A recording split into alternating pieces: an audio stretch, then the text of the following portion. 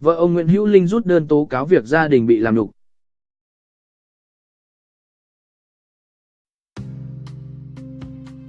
Sau khi tố cáo cho rằng gia đình mình bị làm nhục, bà Tân đã đến công an xin rút lại lá đơn.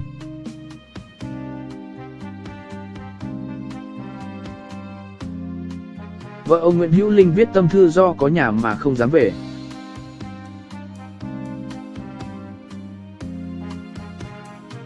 Chiều ngày 27 tháng 4, Đại tá Trần Phước Hương, trưởng Công an quận Hải Châu cho biết bà Trần Thị Thanh Tân 55 tuổi.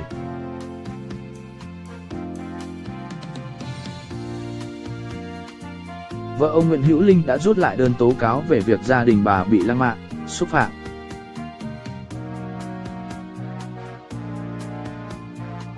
Ông Linh là người bị cơ quan chức năng quận 4 thành phố Hồ Chí Minh khởi tố về hành vi dâm ô đối với người dưới 16 tuổi.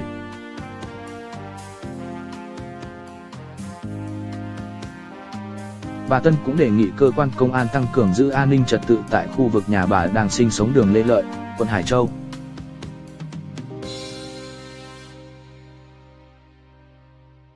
Hiện chưa rõ lý do bà này rút đơn.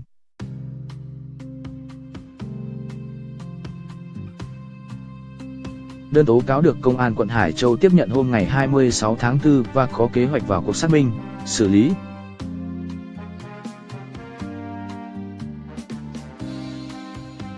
Lá đơn tố cáo dài 2 trang A4 được đánh máy và bà Tân ký tay, ghi ngày 24 tháng 4.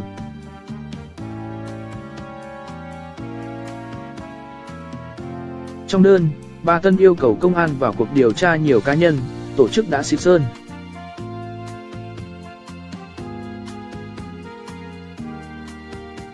ném chất bẩn vào nhà và có những lời lẽ xúc phạm trên các phương tiện thông tin đại chúng trong thời gian qua.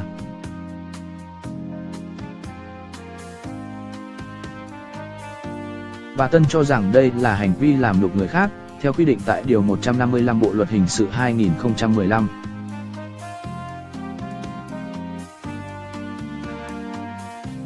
Cùng với đơn tố cáo, bà cũng gửi kèm đến cơ quan công an những hình ảnh người thân, bạn bè và ông Linh bị đăng tải lên mạng xã hội.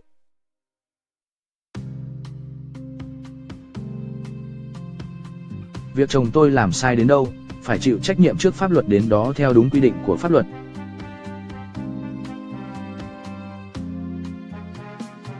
Bà Tân viết và cho rằng suốt thời gian qua, bản thân và con, cháu đã phải chịu đựng những hành vi xử sự không đúng pháp luật của nhiều cá nhân, tổ chức làm ảnh hưởng đến gia đình.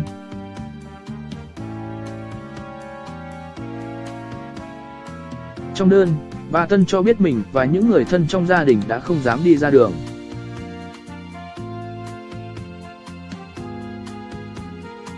Có nhà nhưng cũng không dám về, cuộc sống bị đảo lộn, sức khỏe và tinh thần đã chịu đựng quá kinh khủng, không biết khi nào mới ổn định.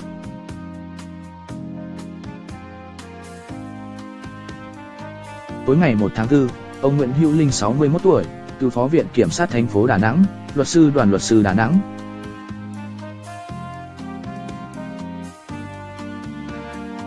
có hành động ôm hôn bé gái trong thang máy chung cư Galaxy 9 quận 4, thành phố Hồ Chí Minh.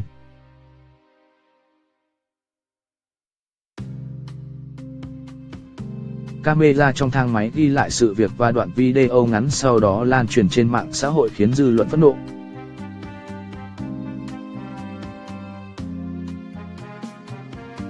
Nhiều người tìm đến nhà ông Linh ở Đà Nẵng để bôi bẩn, buộc chính quyền phải can thiệp.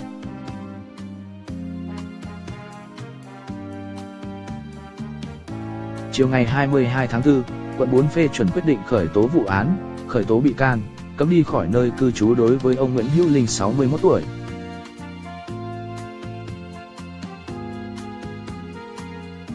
Về hành vi dâm ô đối với người dưới 16 tuổi như đề nghị của công an cung cấp một ngày trước.